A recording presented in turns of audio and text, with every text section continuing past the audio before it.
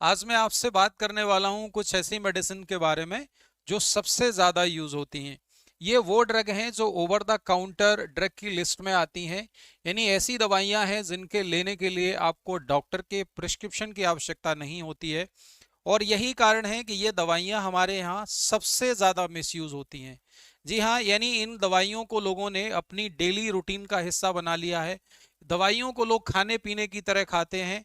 मैं आज आपसे बात करने वाला हूँ आपके शरीर में फीवर को कम करने वाली यानी बुखार को कम करने वाली दवाइयों के बारे में, आपके दर्द को कम करने वाली दवाइयों के बारे में, आपके शरीर की सूजन को कम करने वाली उन दवाइयों के बारे में।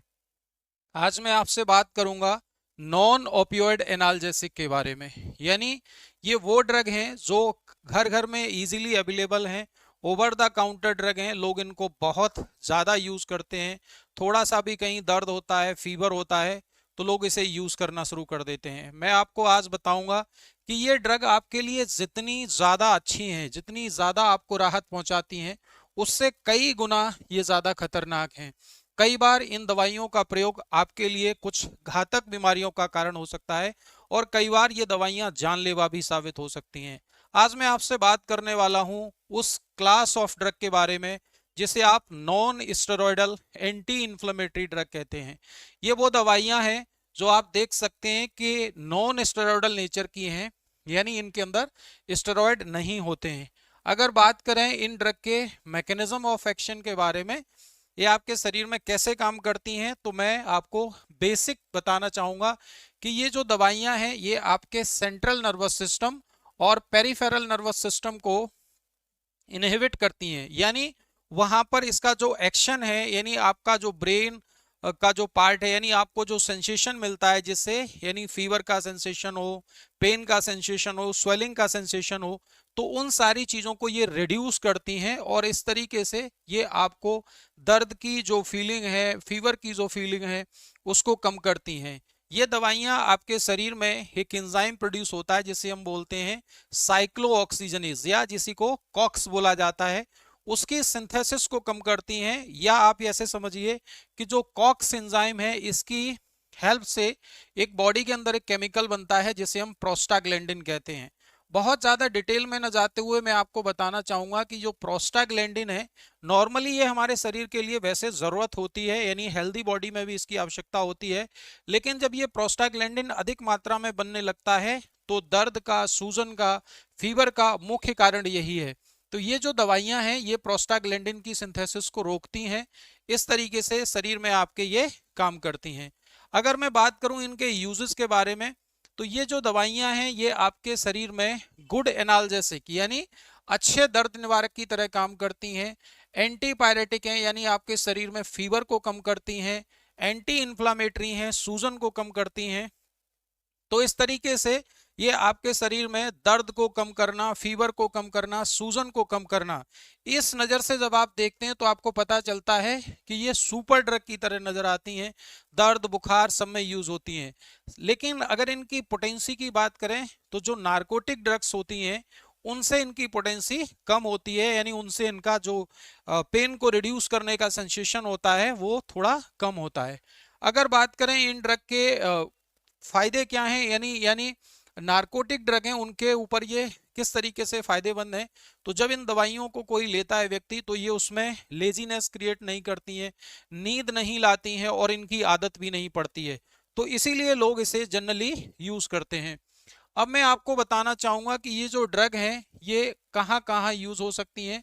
तो बैक पेन में, यानी कमर में दर्द होता है तब इसको आप यूज कर सकते हैं। आप इसे हेडेक में यूज कर सकते हैं। इसको आप किसी भी चोट की वजह से जो दर्द है उसमें यूज कर सकते हैं। हड्डियों का जो दर्द है, जोड़ों का जो दर्द है, मसल्स का जो दर्द है, उसमें आप इसे यूज कर सकते हैं। जैसे ऑस्टियोआर्थराइटिस है, रूमेटॉइड अर्थराइटिस है, सर्वाइकल स्पॉन्डिलाइसिस है, इसमें आप यूज कर सकते हैं। साथ में मेंस्ट्रुअल पेन में भी इन दवाओं का प्रयोग किया जाता है।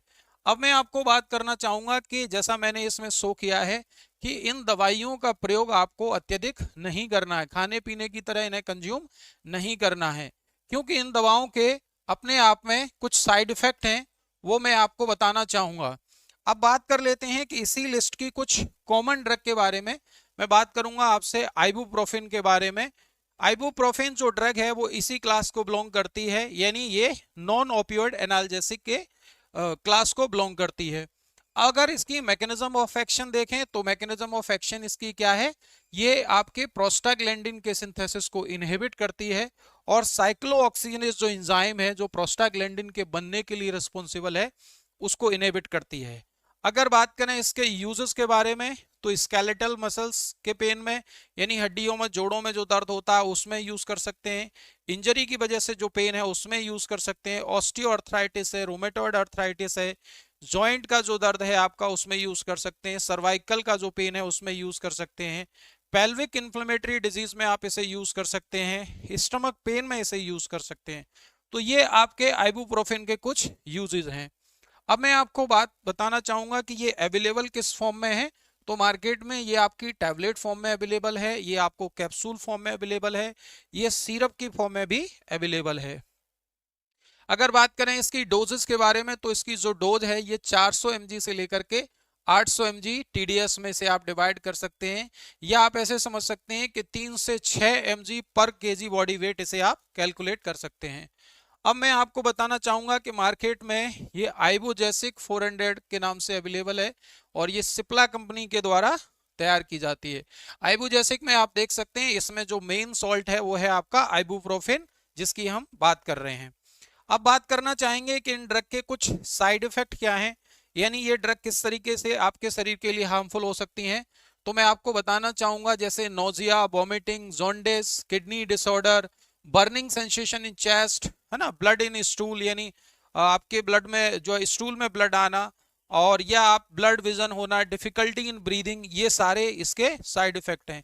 मैं हमेशा आपको बताता हूं कि जब भी साइड इफेक्ट की बात आती है तो ये जो साइड इफेक्ट हैं ये उस ड्रग के एक्सेसिव यूज करने की वजह से हो सकते हैं, उसके मिसयूज होने की करने की वजह से हो सकते हैं।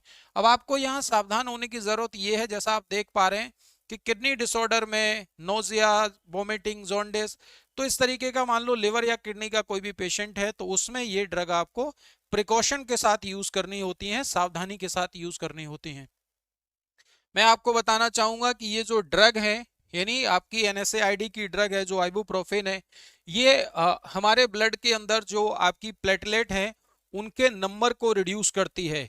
तो अगर किसी व्यक्ति में ब्लड से रिलेटेड कोई डिसऑर्डर है, एग्जांपल के तौर पे अगर मैं बताऊं कि मान लो डेंगू का पेशेंट है, उसमें प्लेटलेट काउंट ऑलरेडी रिड्यूस है, और अगर उस व्यक्ति में आप इसका यूज करते हैं, आइबुप्रोफेन का यूज करते हैं, क्योंकि आप तो समझ रहे हैं कि ये दर्द को कम करेगी, फीवर को कम करेगी, लेकिन मैं आपको बताना चाहूंगा कि उसमें ये प्लेटलेट काउंट को रिड्यूस कर सकती है और उसकी वजह से उस व्यक्ति में इंटरनल हेमरेज हो सकता है, यानी उसमें ब्लीडिंग हो सकती है।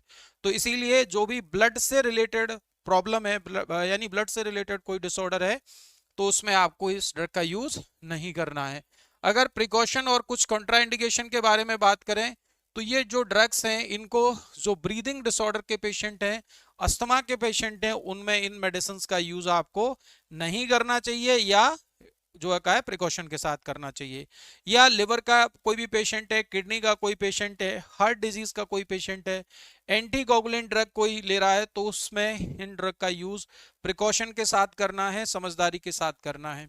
अगर बात करें कुछ ऐसे पेशेंट हैं जो पेप्टिक अल्सर से प्रभावित हैं, यानी जिसे आप कहते हैं कि जिसे पेट में छाले हो जाना, यानी पेप्टिक अल्सर है, हाइपर एसिडिटी का केस है, तो उस व्यक्ति में भी, या छोटे बच्चों में, प्रेग्नेंट लेडीज में इन ड्रग को यूज नहीं करना है, क्योंकि ये उसमें हाइपर एसिडिटी करा सकती हैं और ज्यादा छाले, यानी और ज्यादा उसमें अल्सर का फॉर्मेशन हो सकता है।